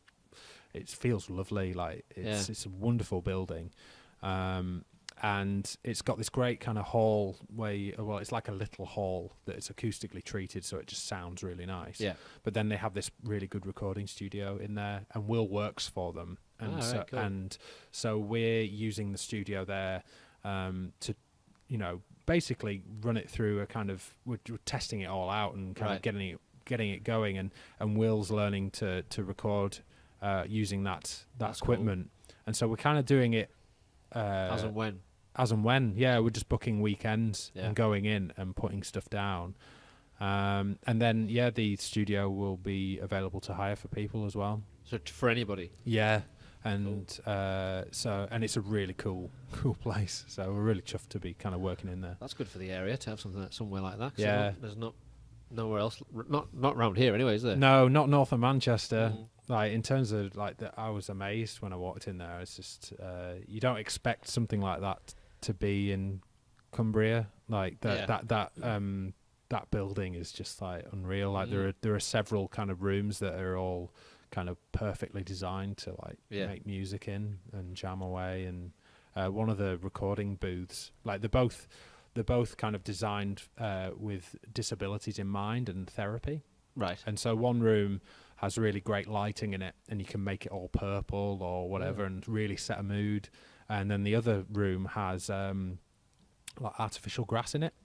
Right. Yeah. Wow, that's different. It's really different. Yeah, it's a really weird feeling, and it's got a skylight in it as well. That room, cool. so you can look up and see the sky, and you've got nice. the grass at your feet and everything. And I think I did a vocal recording session in there, and it felt Creates its really own nice. atmosphere, I guess. Yeah, well, I went in there with my socks on and could just feel the grass under my feet, and it was just like, this is a really surreal feeling, but it was really comforting and nice. So That's cool. yeah, so that's kind of an interesting. You see what the results. It'll be interesting to see what the results of that are. Yeah. Hopefully, so how many songs are you doing? An album, you say, or it'll be I the think EP? it's going to end up being an album. Yeah, About eight songs. Yeah, maybe more. All right, cool. I'm trying to think of the songs off the So top I don't know of my what head, but, yeah. what the average length of your songs would you say? Some of them are, well, one of them in particular is only like a 2.5 minute kind of song with one run through of the chorus. Right. There's other ones that are a bit longer that probably stretch into the 3:30 section, and then I think there might be a couple of ones that go over that mark. So there'll be a fairly mixed bag, I think. So what do you think to the idea, or as a band, the idea of going, if you went to a studio where you had like, you've got this amount of time to record these songs, and you have a producer there who's like pushing you to do it, and you have a red light for record, go, and you've got to record the click tracks and all that sort of stuff. Yeah, I mean, I think I would learn a lot from that, and I would love to get that kind of experience. But as a band, we'd have to kind of prep in advance and maybe do a demo of our songs and know exactly how they're going to be arranged before we went in. So some bands that fits and that works, and some bands it doesn't. It just every band's different. Like Sun Explodes, they're so disparate the way they record. Like the singer will do his own stuff, the drummer will record the drums separately, the guitars will be done separately, then they'll all paste it together and get it. And it sounds awesome. But they just couldn't go to a studio and do it that way. It's just not for them. Whereas other bands can. I think what it takes for a band to do that, especially when you're talking about bands like us who are just like local and we've all got full-time jobs and stuff like that, is that you do have to do it a bit disparately, because you can't all book the same time off or things like that. That's what we had to do. Like that's kind of like the sacrifices that sometimes people have to make. Like our own personal holidays. All book off from work, sacrifice going on holiday or family occasions. Like we're doing this, and it's just for the band. It's not even for my own family or anything. Yeah, to all book off that 2 weeks and get the album done. It's like it was a cool experience, and probably learned the most we've ever learned. I think you can, in terms of that side of it. When you get put into that kind of, when you're in the boiling pot. Of a situation where you've got a set amount of time, I think it can get a lot out of you. Like I've been in a kind of a similar situation, but in a totally different setting and circumstances for songwriting. I went on a songwriting retreat. All right, in France, which was that sounds quite nice. It was possibly the best thing I could have ever done. I've never even thought or heard of that. I've always, for me, like songwriting's always been like rushed, like quick, do it, get this, especially lyrics, vocals. It's like quick, the song's done, get some vocals done. Whereas going away to just like that sounds awesome. Well, yeah, I think the idea of it is to get people together who've never met before, right, and get them to write songs together. But then also to be coached in like we had a vocal coach there, and it was one of these kind of, you went away, you spent 3 nights. I think they've extended it now. I went on one of the first kind of ever ones they did, and you spend 3 nights in France, and all your food is sorted and it's all super healthy and really nice. And then they do yoga in the morning. Right. It's properly like, whoa. Like, some people will be going, yoga? Really? That sounds... What's that got to do with songwriting? Yeah, it's just like, what are you going to do next? Drink the Kool-Aid, But no, it seriously was amazing to kind of meet these people who had similar aspirations, who were in similar circumstances, but then also completely different. Like one of the lasses who was there had... what's the phrase? She's kind of signed. I'm trying to think what it's called. I've drawn a blank. She has a publishing deal. Pretty. Okay. That's it. And so she's a country singer from Nashville. And then we had, and she's pretty well known and plays with bands all over the place and. Making a living out of music. And then there was this a songwriter from LA who was one of these sits in a room and writes a song and gets other people to sing her songs for her. We had a producer over from LA as well. And sounds pretty inspiring. And people from here, yeah. We had Emma Dockery, who is a singer from out in Whitehaven, and Luke Yates, who is also from out there, and he got in touch with me, and he worked for the person who was putting on the songwriting retreat, and that's how I got involved. Anytime you meet someone who is just making a living from just doing music, I think it's pretty inspiring. It's great, and gives you some sort of hope. You're like, well, they're doing it, and they're just a normal person. Why can't I do it? Yeah. I mean, to be fair, I always kind of step back and look at the reality of where I live, and I think with this particular person, she lives in Nashville, and they're just like music insane. Absolutely, it's a religion. You're always at an advantage if you live somewhere that's got just music heritage, but like a city somewhere built up. There's loads of opportunities, loads of venues, loads of like studios, just a network of stuff to do. But up here in Cumbria, there's not too much. Yeah, but having said that, you doing this and the amount of bands there are and the great venues that there is really a scene here. Yeah, definitely. And it's just so like spread out and disparate, isn't it? It is. It's really spread out. But then I think that anybody, especially of our age, who probably drive cars and get about fairly easily, it's pretty easy to get from around. And so it's not as far as it feels like, and it's very easy to collaborate with people. It's just you have to kind of be a bit open-minded, and that's what that songwriting retreat taught me. Is that I could literally I went and wrote a song with two people I'd never met before, and we produced this really great song that we were super proud of. That's like some people get off on just doing that. That's why they end up becoming songwriters for other people, because they just love collaborating and just they're not necessarily doing it for their own sort of ego. They just like writing songs. Yeah. I could see why someone would want to do that as a job. Yeah, no, songwriting can be really good, and that's where like the rights are as well as a songwriter. Like on that songwriting retreat, we had a Skype conversation with the woman who wrote "Bitch." I'm a bitch. Oh, right, yeah. Beth, is it Beth something? I can't remember. Is it Meredith Brooks? Meredith Brooks. That's so her, yeah. but she didn't write it. And that's the point. So this is the point. Yeah. We had a Skype conversation with the woman who wrote that song, and it wasn't Meredith Brooks. It was this songwriter, and obviously these the Katy Perrys of the world, Britney Spears, any major pop artist you've probably ever listened to, bar a few exceptions, have producers who go shopping for songs through these songwriters. Yeah, Umbrella was initially given to Britney Spears, and she turned it down. Natalie Imbruglia, that's one of the best kind of examples. Torn was recorded multiple times before she got her hands on it. Right. Or it was given as an option for her, and it was because the songwriter and the agents who were associated with that songwriter knew it was a hit, but it just hadn't been recorded by the right person yet. So they give it to a few people to try it, and if it sounds good, we'll go with it. But they just kept that doesn't sound so good. Yeah, no. Give it to somebody else. Yeah, no. Try it out. Yeah, no. Got to her. Yeah. Boom. Yeah.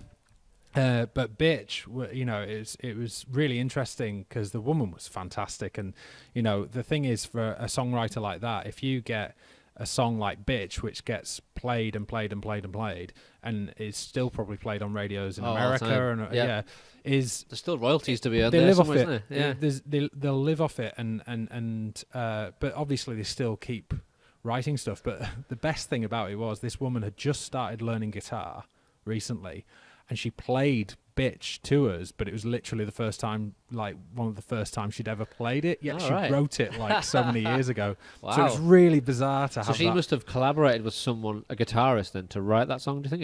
If she didn't play guitar? Possibly not. No, you don't necessarily. That's the key thing. You don't have to be able to play an instrument to write a song. You just have to know how a song works. I suppose if she just came up with the melody of the vocals, and someone could have got a guitar and wrote the music to it, I suppose. Yeah, well, that's it. They'll send off she'll have someone she collaborates with, a musician, who'll be able to go, well, that's, these are the notes. But then she'll have an understanding of music, just not necessarily the intuition to play an instrument. Or maybe she plays a piano or something like that. But because I remember that whole, when Umbrella was like #1 for weeks and weeks and weeks, and that was when I first heard of I was like, oh, she didn't write it. And then I heard the whole story how it was given to Britney Spears. They turned it down. Rihanna took it, and then it was one of the. It's just number one for weeks and weeks and weeks. And I just thought that goes on all the time. It's like people shop song, get a good song, and just shop it around until they find the right artist. It's an industry within itself, isn't it? Yeah. But it's a job. I wouldn't mind being a songwriter. It's like if it meets your creative, gives you that satisfaction of what you need creatively to get it off your chest. I think I've got a few songs like that. I don't think I'll ever record myself because I know they're not my style. You've written them, but they're not like you. Yeah. I've got a kind of and Will's done the same. And he kind of does it. He kind of side projects them. What's he written? Death metal? I don't know. I know he did some electronic stuff. And I think he's put them out on SoundCloud under a pseudonym, I think. Ah, right, yeah. Just to see how they go I down. don't know what those are. You might, if you want to go and search for those, be my guest. But yeah, I might end up doing something like that. So did you used to be one of those people who used to cane stuff off Napster back in the day for free? Like I was? Yeah. Was there a point when you sort of realised what was going on? Yeah, I mean, you become kind of aware of that. It was... The writing was on the wall as soon as people were able to download anything off the internet. It's like, right, someone's going to take advantage of that. And I just remember thinking, how do people get paid then if we're all just downloading it for free? While still downloading it for free. But it just gets to a point where you're like, well, it was like the whole Napster thing, and Metallica was trying to sue them and all that. Yeah. And I just remember reading articles, getting down to the finer points of why. Like, everyone was just like, oh, it's for money. They're just greedy. It was like they saw the writing on the walls. Like they were writing a song for Mission Impossible 2 that was already not finished, but it was already out on the internet. They were like, what? So then when it comes out, no one's going to buy it. Yeah. So like the people who make the movie, they're not going to make their money. Metallica won't get any money from it. What are the implications of that going forward for like someone who's not famous, who could have potentially made some money if it's just all out there? I think the writing was on the wall. They were right to do it, but I just don't think it was. I don't think no one could have done any different to what they did. I think what we've been through over the past 20 years is just exactly what was going to happen to the music industry. It's not only changed the way we consume music as consumers, but it's also changed like this whole kind of label system, and there's been a lot of change about that, and people who are able to make money from music and gain careers out of music without any labels getting involved in whatever way. And so these kind of old ways of record companies signing you and giving you an advance to make an album, but they own all the rights to your music. Those days hopefully going to be gone in the future. They're getting that way. The thing I would miss is like there's no A&R people going out looking for the next big thing. This is because they just sit on the internet and wait for the next big thing to come on their radar, and then they just come in and scoop it up and say, right, you've done all the hard work, we'll take it from here. Whereas before they would like send people out to see this sold out show in this small town, and then they would go to the next thing, they've sold out on there as well, and then let's take a chance on them, let's pump some money into them. That's gone. Yeah, they don't take risks anymore because they can't afford to. No. Sad, really. It is really sad. It's kind of like that rose tinted kind of old way of doing things is all very nice, but unfortunately it doesn't work in the. Has it not made us all smarter though? Because you've kind of got to do it all by yourself. Get business savvy. Yeah, I think people are more business savvy now. Yeah, you've got to be. Otherwise, you've got no chance if you're not going to have a little bit of. You've got to treat a little bit as a business if you want to just keep doing it for a while. I think anybody who wants to be successful in music now has to treat it as a business. Yeah. There's no other way around it. You have to work so hard, not only to write your own songs and get them recorded effectively, but do your own promotion, like social media and all that. Sort out all your own rights and stuff like that. Distribution.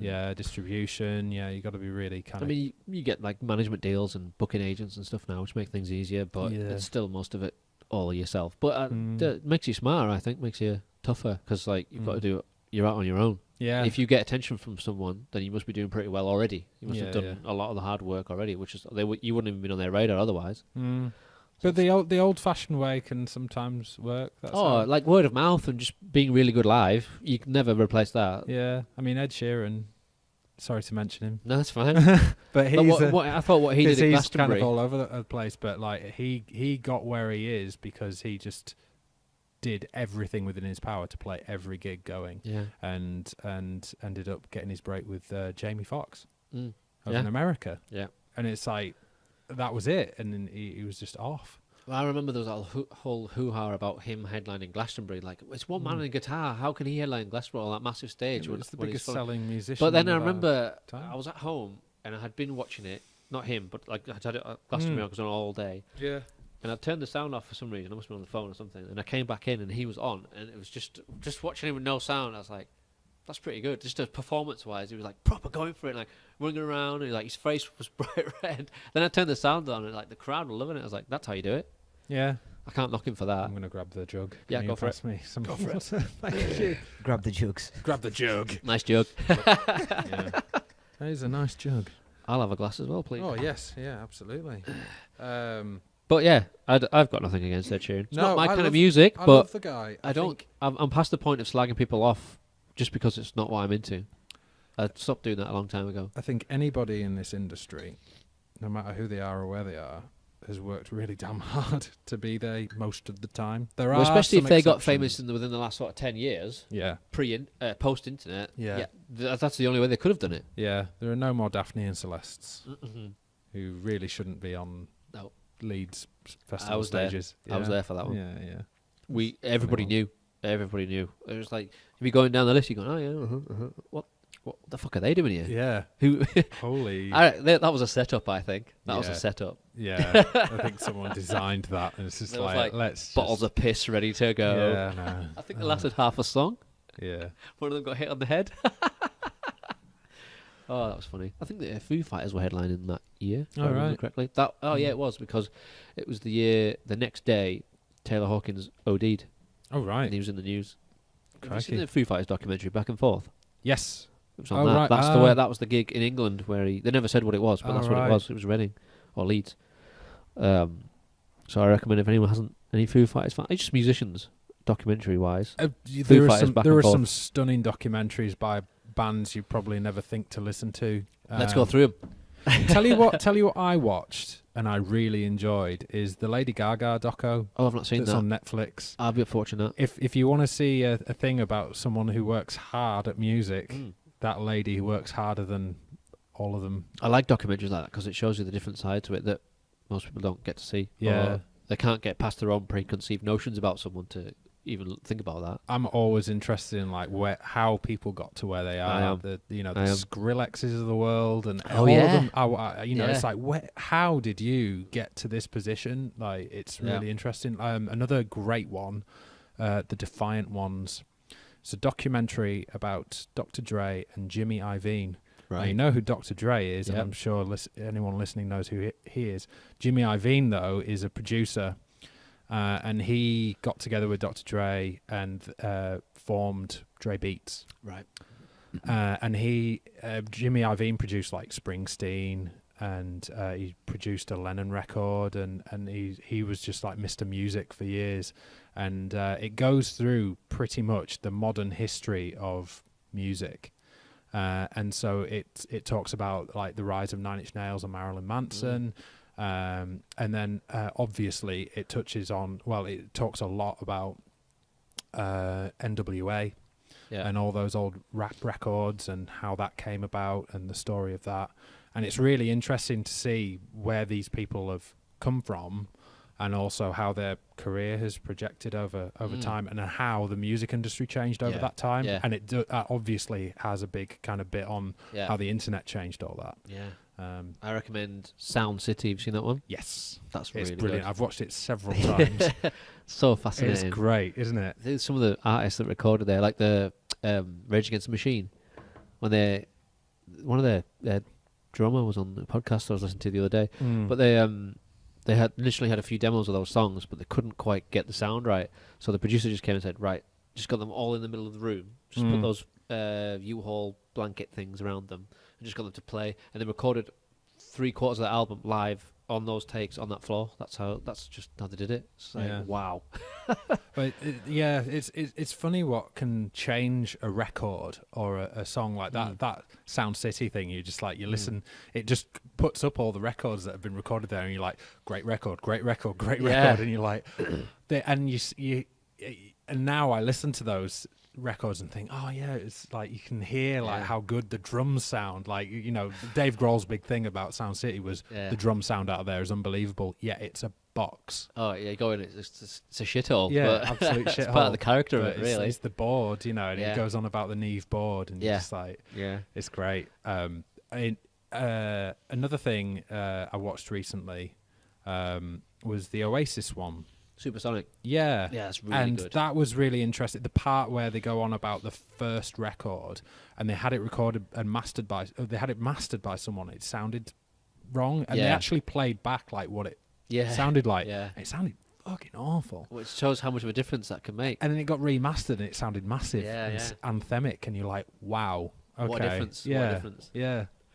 But yeah, it's like production can ruin good songs can be ruined by poor production. Mm-hmm. But like, it's the first album. Sometimes people don't know any better, do they? Or what can they afford? Yeah, that's true. God, the thing is, you've touched on music documentaries, and nothing I love more. That's fine. That's good fine. Music doco. The Eagles one, obviously. What's it called? I think it's just called The Eagles: A History of. I'll look at it. We'll put all these in the show notes. It's about 3 hours long. It's about time Tek did some writing. He needs to work on his handwriting anyway. I don't need to write anymore. I work in IT. We don't do writing. I've got handwriting of a 5-year-old. I know. You're never going to be able to read these later. Is he having to make all the notes of these things? Everything we talk about, yes. I'm so sorry. I haven't written this much in years. How long have we been going? An hour and a half. Right. Wow. Another hour and a half. Okay. Right. Another hour and a half on documentaries. Oh God, no. Well, actually, like, I'm going to practice at 5 o'clock, so we need to finish before. Oh, yeah, it's 4:45. Yeah, that's fine. Yeah. In Carlisle. Yeah, I'm in Carlisle. All right, cool. Yeah. Other documentaries, come on. Other documentary, yeah, the that Eagles one. I recommend definitely good. Anvil. Yes, that's so good. That's really good. That's about like, obviously we're talking about production can ruin bands, but so can poor management and bad decisions, which is what they were, because they were the first. It could have been the big 5 instead of the big 4, but they just got, their management was just terrible. Maybe they didn't listen to their management, but it was just all bad, and they just disappeared. But because of that documentary, they were able to come back. Yeah. And now they're touring all over the world, and they're still thriving. It's great. I love that moment in the documentary where they go to Japan, is it? And they're absolutely bricking it. I mean, it's a great piece of editing, that is how they got it kind of to a point where you're like, I'm genuinely like concerned as to like how this is going to work out for them. And then they get there and the place is just rammed and they have the time of their lives, and you're like, that's so cool. But even it was really sad to see that current time when they were in Europe somewhere, and they couldn't, that venue wasn't going to pay them. Oh yeah. And the manager was like shouting at them, and he was like, I'm not paying you. And it's like, really? A band that size can't even get paid a few €100 or whatever? It's like, sad. But a lot to be learned from that. Yeah. Any others? Lots to be. No, there's some good ones. I watched that one about the Beatles that they brought out not too long ago. 8 days a week, is it? Yeah, I think so. That was really cool. That was really good. That was really, you know. I'd never seen. I didn't even know there was footage of them in the studio until I saw that. I was like, wow, to see how they're working. Cracking. Like, so good to see under the hood or something like that. I don't know about you, but with the Beatles, there's like a correlation between how weird the songs start to get and a bit more mature to how much drugs were going on. Like, you start off all clean and 100%. Happy and nice and it's like, what the fuck? What are these guys talking about? What are they on? Yellow Submarine? Yeah. I think once you get to Rubber Soul and they got the weird kind of photo, you're just like, right, okay, this is getting interesting, but it's still you can totally understand why they can't do the same thing over and over again. They wrote the kind of rule book, the unwritten rule book. Them and the Stones. Yeah, it's kind of if I was back then, I would have been a Stones guy. That's another documentary to watch. Crossfire Hurricane. Oh, I've not seen that. It's great. There is there's some stories in that. And then how half of them are still alive is one of them. There's some good and speaking of that, there are really good books to read, and one of the good ones. It's a bit of a rambler because he is a rambler. Is oh God, I've just lost my train of thought. From Stones? Yeah. Ronnie Wood? Keith Richards? Keith Richards' autobiography. Oh, yeah. Yeah, it is a bit of a rambler. He rambles and it goes all over the place, but God, there are some good stories in that, and I've read that I one. hope they're true. Some of them, I can imagine he adds a bit of colour to them. But I love the one where they went to America and they got a load of drugs and they packed them all into the doors of the car, and it got impounded. And they didn't find, thankfully the cops didn't find the drugs because they kept them all in the doors. But the thought that, it's probably been scrapped by now, but that got impounded, then probably sold on, and no one noticed that there was a car driving around America full of Keith Richards' drugs. It's brilliant. The best autobiography I've read so far is Duff McKagan of Guns N' Roses. Oh, right, okay. It's called It's So Easy. Just about how it's about how they got started and stuff. And yeah. It rings true about like when you get your first lineup, the first test comes when you start doing some gigs out of town, or if you book a little tour, like who's prepared to like sacrifice personal time, get time off work, or not go to a family event when you start going further and further away for longer. And Slash and Duff were not convinced about the drummer and I don't know who else it was, maybe the guitar player at the time. And they're like, so Duff just took it amongst himself to book an East Coast tour. Like, I'm going to book, I think it was 8 gigs up the East Coast. So they had to like get a van, go all the way up, travel there, do all these gigs, and then come on. I think it was over the space of like 2 weeks. And they were right. Yeah. Two of them didn't make it. They just flaked out. Like they said, yeah, and then they just didn't show up. So that's when they started getting. That's how they ended up with their final lineup, because they just let's get these guys in, and they never lost that lineup because they were prepared to make the sacrifice of two. I think I can't remember who it was, but one of them quit their job and said, "I'll just quit my job and I'll just do this." And it's like that's the kind of commitment they were looking for. That is real commitment. Yeah. Because the van broke down halfway there. Have to get someone to come and tow them and spend all their money on getting it fixed, and hardly got paid any money. Came back 2 weeks later, but the lineup was solidified after that experience. But it took them the commitment of booking a tour. So right, we're doing it. Let's see what happens. Yeah, it's like that's the other thing about you'd never get that today. But nobody would like say work a year, save up all their money, then quit their jobs. Let's go to London and make it as a band.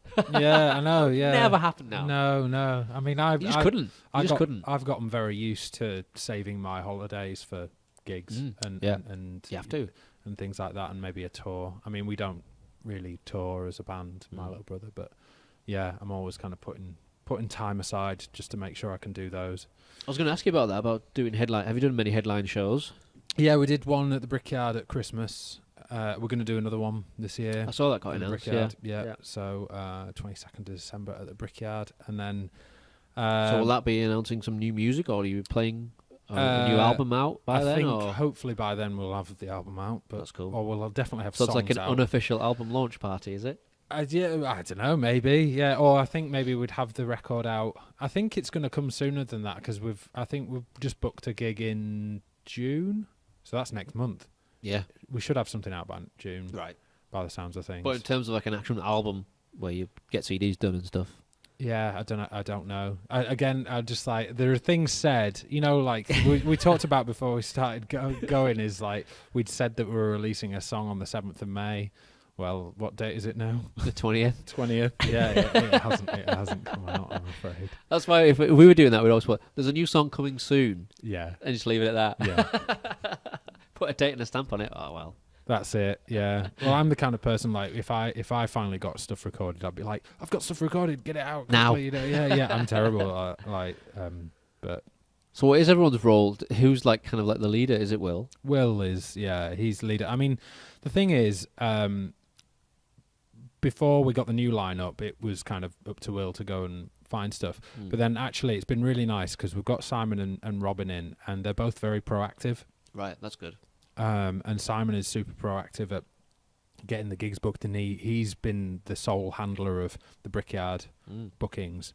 And if we see kind of gig opportunities about, we'll tell each other and kind of get stuff done. And then Simon produces posters for us as well. Ah, that's a good. Which is really nice. He loves doing that stuff. He's very creative. I think people underestimate the importance of a good poster. Aye. It really can like grab the attention of a gig and make a gig just like, that looks good. Yeah, it can. Yeah, It's like an album posters are cover. great. It's like Yeah. an album cover. Oh yeah. Oh, I love a good poster. Me, Yeah. I've got a really special Ryan Adams one in my hallway that I've got framed. Right. And he recognises the importance of a good gig poster, and he gets these screen printed ones specially done, and you can buy them just at the gigs and nowhere else. So if you don't go, you're out of luck. And then Metallica have started doing that. Yeah. They've got an artist to do a poster for every individual gig. Like, obviously, they'll do loads of gigs, but you do a Yeah. different... I think it's based on the town that they're playing at. Yeah. Like, incorporate some maybe local artwork or something, or a landmark yeah, with the town, with Metallica's kind of like stylings. brilliant. And then sell them at the gigs, and then they sell them online as well. That's like, that's a good idea. Yeah, Ryan Adams, the one I have is I went to see him at Edinburgh at Usher Hall, and the poster is a mashup of cats, because he has an affectation with cats. Right. He has loads of them, with the Wicker Man, but then it's got Edinburgh Castle in the background. And it has the date of the thing, and it's great. Like, it's so cool. And he does them for loads of shows. And I'm part of a group on Facebook that is international, and it's Ryan Adams like superfans Facebook group. And whenever there's a gig on, people are like, right, how many posters am I picking up? I can mail them out to people. Ah, right. And there are collectors on there who try to get all of them. It's crazy. That's cool. Yeah. So what... have you got any plans for like even like next year, or... Have you thought that far ahead? What you guys are going to do? No, I don't think so. I think maybe Will has. Maybe he's got some Like after your next release, it's then like, what do you do after that? I think it's just kind of perfecting what we've got and seeing where we get to with the current lineup. How long has the current lineup been? The current lineup? Just over a year now, I think. Okay. So yeah. Take a couple of cycles of having a new album out, doing some gigs, and then doing it again. Yeah. Keep the lineup and see how it goes. Yeah, and that's the thing. It's you know, I've seen various band members come and go. We've been through quite a number of bass players, and there's always people kind of coming and going with My Little Brother, and so we just have to see where we go. And then obviously it's a case of what happens with the new project I'm involved with. And then also, I do have plans for my own stuff, and I was going to ask you about really that. Want to hit the go button on making like a new more release, of that. and then do some gigs on it. Yeah, and maybe kind of make it bigger. Maybe get a band formed around what I'm doing. All right, yeah, the Dan Mason project. That'd be I could do it. You know, like Dan and the something else. You know, I don't know what that band might be, but it would be. I've talked about that. Like, there's a few friends of mine who've probably, if they hear me say that, they go, "You talked about that about a year and a half, still haven't done it yet." I'm like, "Yeah, I'll get to it." Well, you've put it on record now, so I have actually. he wants to get it going. I you know, when you invited me to this, I was like, right, what can I say about like how what has forced me to get into a position where I'm writing songs and performing. The first time I ever performed as a solo artist was kind of a weird accident. Right. And I got asked by someone I knew at BBC Radio Cumbria. Oh, that's a Motorbikes. Out having fun on a Sunday. Of course. But yeah, I got asked by BBC Radio Cumbria to come and play at a BBC introducing session. Right. And my response to that was, what the band? And they were like, no, just you. I'm like, oh, okay. And they knew, like, someone there knew that I just played solo and did stuff. And I think I'd tried one song sometime. And so I went in, but then the week before that, I was like, shit, I better write some songs, like more songs, because they wanted me to do 2 original songs and a cover, and I only had 1 song that I'd written and was ready. And I was like, right, I better fucking do this. And that started the ball rolling. And I was like, right, okay, let's get this done. And I got 4 songs written eventually, and then I put out that EP. But now I've got another, 4 or so, and actually probably more surrounding. And my phone is like filled to the brim with voice memos. Yeah, endless. This is the number 1 tool for Yeah, any taking notes budding and musician. Memos, voice memos. There's an app actually that can track like what chords you're playing when you're jamming out stuff right. as well. What's it called? I think it's actually called Memos or something like that. What? So if you press record and start playing, it just picks up what you're playing? Yes. Where is it? That sounds really interesting. It's really good. I've music memos. So you play your song to it, you play into it, and it will bring up like what. A bit like a tuner does, I suppose, when you. Yeah, it's listening the whole time, and that's cool. and it's really cool. The thing is, I always just go straight to the voice memos, like the voice recorder, and it just drops into my iTunes, and I just go through them all and listen to them, and then I go delete that one, keep that one, tag that one, and then do nothing with them for ages, which is the truth, and then eventually come back to them and try and do something with them. It's constant. Until you go on a podcast and declare that you've actually got to do them now. Yeah, exactly. I will. Yeah. Well, the thing is, like I said, I've got a good 4 or 5 songs that I have written and I have been performing, and I just need to go away and record them. Yeah. And then bring them out, and then maybe do some more gigs and stuff. And cool. Yeah. Well, Dan, thanks for coming on. It's been awesome to talk to you. Thank you very much. It's time's flown. It has flown. It's been great. So where can people find My Little Brother? So My Little Brother, all one word, on Facebook, and we're on Twitter and Instagram. I think we have a website as well. It's just My Little Brother, all one word. My Little Brother, all one word. If you put that into any search engine, you'll probably get us. If you put the spaces in, you'll get People's Children. You'll get actual Little Brothers. Yeah. and then my stuff is just Dan Mason music. I think if you put Dan Mason music into Facebook, it'll come up with me. Right. I had that horrible dichotomy. I think there are children running around in here somewhere. I had that horrible dichotomy of setting up a Facebook page and putting Dan Mason in brackets music next to it, and it was really doing my head in, and eventually I got rid of it. But yeah, you'll find me on Facebook, and I've got a Bandcamp page as well. Yep. I think that's linked through my Instagram, which is Dan Mason 85. Right. So cool. All right, thank you very much, Dan. Cheers. Thank you, Mark.